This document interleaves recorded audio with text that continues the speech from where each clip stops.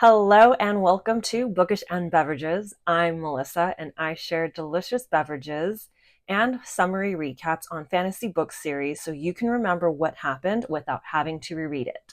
And today we'll be diving into A Reign of Rose by Kate Golden. This is the third and final book in the Sacred Stones Trilogy. Two reminders before we start. Content warning. There are full spoilers ahead. This is a book summary recap, and we'll be going over all of the main plot points, the characters, world building, and any plot twists that happen. So if you haven't read this book yet, pause and come back at a later time. Unless you just don't fucking care, then carry on. Second, this is not my review or my opinion on the book. However, I may have some input and thoughts from time to time. Now, let's get our drink on. And for today's beverage, we'll be making a Rose Hibiscus Tea. You'll need 1 teaspoon of rose petals or rose buds, 2 teaspoons of hibiscus. Put them both into your strainer with your mug. Add 1 cup of boiling water. Cover with a lid and steep for about 10 to 15 minutes. And once your tea has done steeping, you can go ahead and strain your tea. Look at that beautiful, rich color. And this rose hibiscus tea does have a nice, tangy, floral taste to it. You have the option to always add your own sweetener. My go-to is always honey, but I always recommend trying your tea first just to see how it tastes without any sweetener. You never know if you might like it without it, and give it a good stir. And you're all done. Cheers. All right, drink in hand, let's dive into our book. This one is also a dual point of view between Arwen and Cain. And as a side note, there are a few names that I'm not totally sure how to pronounce in this series, or at least in this book, so just roll with it. The book opens up with a memory from Arwen. She's with Ryder and almost lover boy Halden when they were younger. The boys get into some mischief in her stepdad's shed and Halden gets hurt. Ryder takes off like the coward he is, and Arwen stays to heal Halden. It's been over 2 months since Cain watched Arwen die. He's been on a hobbit journey to find the White Crow and turn him into a full-blooded fae. But his expedition has been nothing but trial and error. He's had one witness of all of this, Len the dishwasher. After another failed attempt, Len invites him for drinks and a meal at the tavern. Turns out, Len is the White Crow that he's been looking for. But in another realm, Arwen is being held captive in a tower in Solaris, the capital of Lumera. Even though she's being held against her will, she isn't being mistreated or tortured, except for Octavia the Witch Bitch, who's harvesting her light with an E. And during her stay at the Evil Fae King Resort, she has 2 constant guards, Mean Maddox and our sweet limping Wind. Back in the Pearl Mountains, Cain and the White Crow are chatting it up until another surprise is revealed. Len, now turned White Crow, is actually a fucking Fae god. The Fae god finally agrees to turn Cain. However, he warns Cain that he's never tried turning a Fae true before. So, what can go wrong? And the Fae god offers Cain some odd-looking wine that turns out to be liquid lilium. This nullifies Fae powers, and it could also kill him. But drink up me hearties, you ho! And he does. So after going through that, he's still alive, but now he is a mere mortal. Shit. So on to the next quest, to find the Blade of the Sun and touch it to be reborn full-blooded. Dun, dun, dun! And Arwen is summoned to the Evil Fae King's baths. She strips down and reluctantly joins him in soaking in the incredible hot spring-like pool. Meanwhile, Cain sets out to make his way home to Shadowhold. He encounters a snow wraith and learns firsthand what it's like to be a mortal man. Basically, it sucks. He finally makes it to Karis, Pearl's capital. Cain steals a Luftelvor, a flying ox, and rides that bad boy off into the sunset. Soaking in a bath with Lazarus, he asks Arwen to attend the upcoming Lumerian solstice ball with him as his betrothed. Arwen turns his sick ass down, saying, "Nope, not aiding you, not giving you Fae airs, and I'm not going to the damn ball. Then comes in witch bitch Octavia for a torture session to get her to agree. Arwen is about to let them torture her, but then the king calls for Sweet Limping Wind instead. Damn her morals. Arwen gives in and agrees to go to the ball and be very demure, very mindful. After everyone else leaves, she heals Sweet Limping Wind's injured leg, and he is limping no longer. Home sweet home, Cain makes it back to Shadowhold. Griffin finds him and fills him in on what's been going on since he took off on his hobbit journey. King Eric's of Peridot provinces was poisoned and died. Amelia, the traitor, has been crowned Queen of Peridot. And Beth the Seer is staying in Shadowhold with them. Now, it's the night of the Harvest Solstice Ball, and Arwen heads on down. To her surprise, Queen Amelia is guest of honor. What? How and why? Arwen sneaks away from her guards and goes to find Amelia. Stunned to see Arwen alive, Amelia admits to her that she was the one who betrayed her and Cain to save her people. Ouch. Cain runs into Ryder and finally gives him a piece of his mind. He's a selfish prick and a fucking coward. Glad someone finally told him. And on to the next task, and to find a way to Limera, Cain goes to Willow Ridge to visit Briar and Mari. They succeed in opening up a portal to Limera together. Back at the ball, Arwen chats it out with Amelia, who basically tells her she won't be able to help, but best of luck! Arwen sneaks back to her guards and joins Lazarus at the table. He delivers a speech to his guests when Arwen realizes that she is the intended solstice harvest, her womb. Ew, no, thank you. Now, Cain is in the house, and by house I mean Solaris. He takes out a guard, steals their armor, and sneaks into the castle. He sets off to find the Blade of the Sun when he sees none other than Arwen, alive, and his dad just kissed her. After the speech and disgusting, revolting kiss, Arwen is taken into a ceremonial bedchamber with an audience of nobles. Is this the frickin' Middle Ages or what? Arwen needs to buy time and find a way to escape. She heads into the bathroom before the evil king is supposed to come. She breaks the window and makes a jump for it when someone grabs her hand and falls with her. It's Cain! Finally! They crash land into some bushes. Our lovers are reunited at last, and Cain urges Arwen to escape and find Hart Renwick. He is the self-proclaimed rebel Fae king fighting against Lazarus. In the city of Aurora, while Cain heads to the castle to find the Blade of the Sun. Cain starts his search in his father's bedroom because he's a monster and that's where he'll hide it. The evil king walks in and of course he has the blade on him. Even though he's mortal, he fights his father, but he notices that his father is also weaker and his light is failing him when he resorts to punching him. But even then, a mortal man is no match for a fae. The evil king is about to kill Cain when he reaches out and touches the blade at last. Our dragon shadow daddy Cain is back. Arwen says, fuck running, and goes back to help Cain. She tricks the guard to bring her back to the evil king's atrium. Then she unleashes some of her whoop ass and attacks the guards. Inside, she finds stored barrels of her light. She cracks open a barrel and causes a huge fire explosion. Oh, Lord Jesus, it's a fire! Arwen trying to escape, but she can't move her legs. Just when she thinks help is on her way, it turns out to be Mean Maddox, and he is pissed. Alas, Sweet Wind comes to the rescue, and he beats Mean Maddox into a pulverized pulp. Thank the stones, he is dead. The fire is still raging and the castle is crumbling. Wynn and Arwen escape to a broom closet with a secret tunnel exit, but there's a monster lurking and waiting. The monster turns out to be just trees. Actually, no. It's a blind Strix, just like Cain's demon owl pet named Acorn. But instead of killing it, Arwen decides that her and Wynn have to try to save it as well. So Wynn distracts it while she climbs it, rides it like a rodeo bull, and heals its blind eyes. Unfortunately, the Strix lashes her stomach, but fortunately, Wynn blasts a hole open and they all escape outside. Dragon Cain comes to the rescue and flies off with a dying Arwen.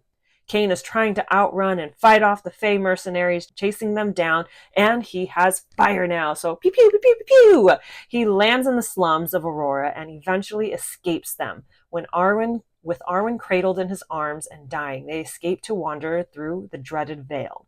Sweet relief, he finds Hart Renwick's hidden encampment and a witch, Valerie, from the Antler Coven, and she takes Arwen to help heal her. And Arwen lives again! Cain, Arwen, Hart, and Valerie chat and form a plan of action. Hart will reach out to Amelia, get her to steal the Blade of the Sun, while Cain and Arwen go to the Quartz of Rose to convince the Scarlet Queen, Ethera, to join their cause. For helping them out, Cain tells Hart that he will crown him as the King of Lumera. And break, go team, go! The Antler Coven opens a portal to the Forbidden Forest in Shadowhold. Finally, alone and overcome by all of their emotions and need for each other, Arwen and Cain bang it out against a tree in the snow. After their bang sesh, they head into the Great Hall for a glorious homecoming reunion. The next morning, Arwen wakes up and goes for a run around the castle when suddenly she hears Lay yell. Cain, however, wakes up alone, panics, and runs out of the room butt-ass naked with only a decorative pillow to cover his manly bits to search for Arwen. But he finds out she's safe. So Cain and Griff set off to meet with some of the nobles when they find Lay and Barney sword fighting.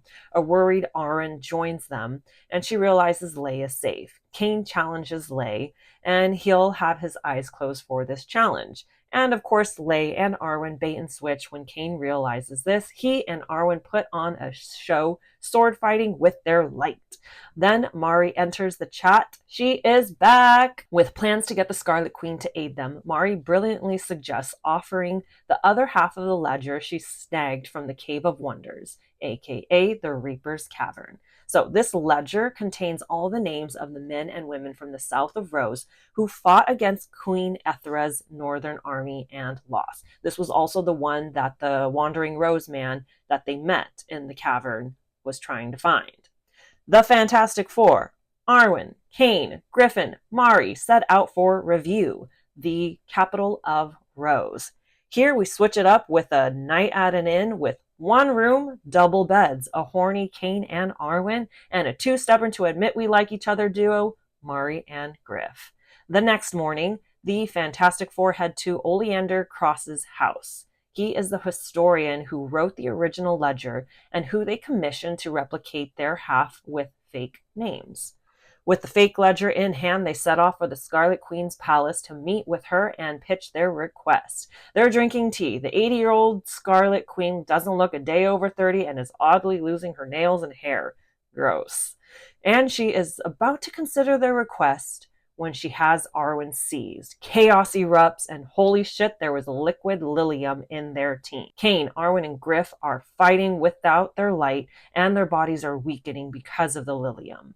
Mari to the rescue. Well, sort of. She releases some Dementor-type shadow creatures on the Queen's guards, and then suddenly they start turning on them and attacking the Fantastic Four as well. So they make a break out of a broken window when suddenly Arwen heads in the opposite direction, knowing the Queen wants her and not them. Always the ever self-sacrificing. Cain, Griffin, and Mari escape and finally notice Arwen is not with them. But they can't go back for her until they get their light back and for more backup. Luckily, Mari took the other half of the ledger with names of those who did help the Queen, and they set out on another task to find Alexander Hale. He is the leader of the Blood Fae race called the Hemolix, who has been hiding in Rose after betraying Cain to his father in that first war. Well, the rebellion, actually. Now, off to Rotter's End they go, and they find Alexander inside his establishment called the Neck Romancer. That was just a fun little play on words. Trapped in a literal bird cage, Arwen tries to bargain with the Scarlet Queen for her life. Thank the stones, she is rescued by Alexander and reunited with the rest of Fantastic Four. Arwen starts 21 questioning our Blood Fae about the blood oath he made with the Scarlet Queen. Basically, he pledged his people to aid her in exchange for his people's freedom to reside in Rose. But each blood oath requires an escape, clause for both parties, aka a way out. Alexander tries to make a deal with Cain and Arwen, his army and people, in exchange for their firstborn daughter when she comes of age. As suspected, their daughter has something to do with a way out of the oath for him. Cain tells him, "Fuck no, bye Felicia." Back in Shadowhold, they send word of upcoming war to the Pearl Mountains, the Jade Islands, and the Opal Territories. Later, Arwen finds Mari in the infirmary, and she confides in Arwen about her power and lineage, that she feels like there's something bad.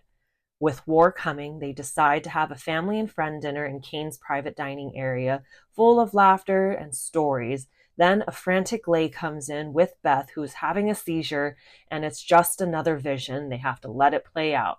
And her vision is Lazarus and witch bitch Octavia are going to cast a spell on Lumera. Basically, if the king dies during battle, Lumera will be sealed shut. No one will be able to get in, and no one will be able to get out. Cain stands up and gives a motivational speech that they'll fight for something, fight with hope, and that they have each other.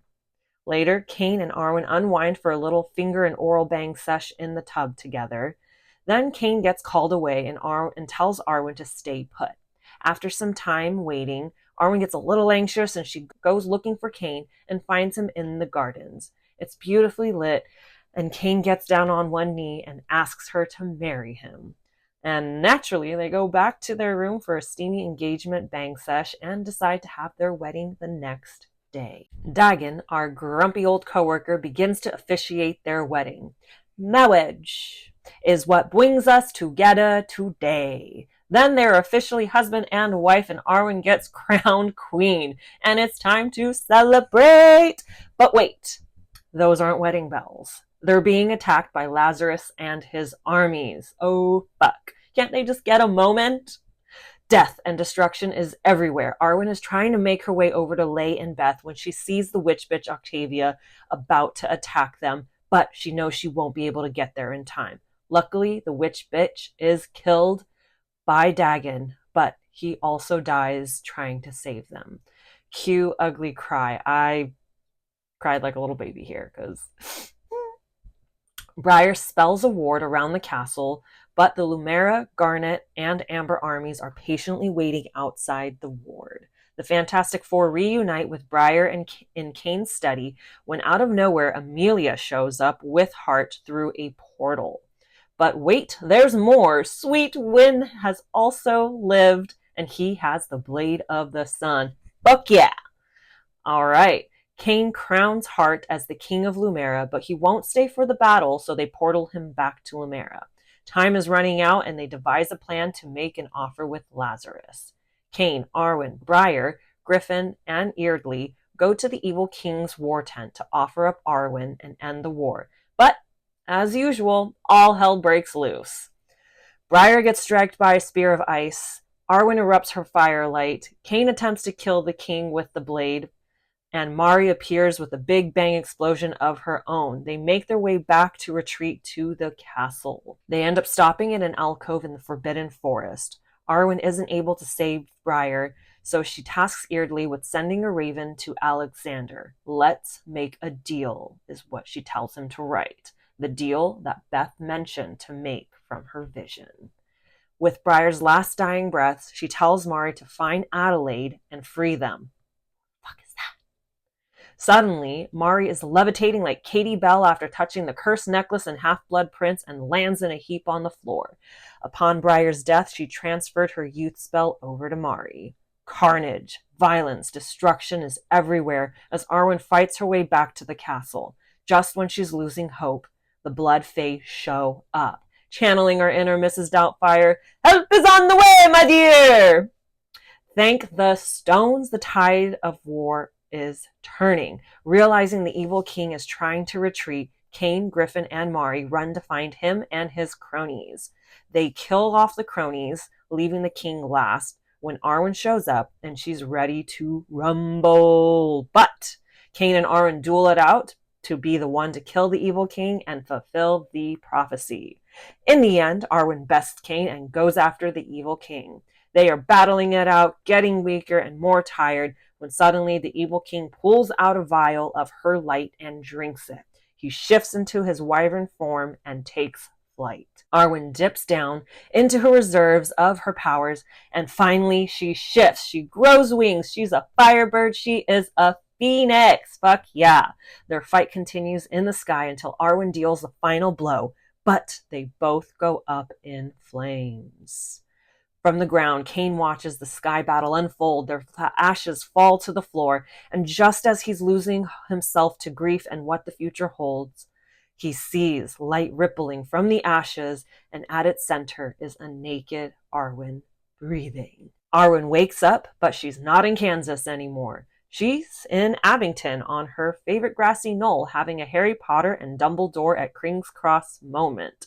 But instead of Dumbledore, another man is there. Her father, an elder fae god, the creator of Onyx. He tells her that she is the rightful heir, the child of true Onyx, and then sends her home. She wakes up and she is alive again. How did she live? Mari fills her in and tells her she's a phoenix and she rose from the ashes.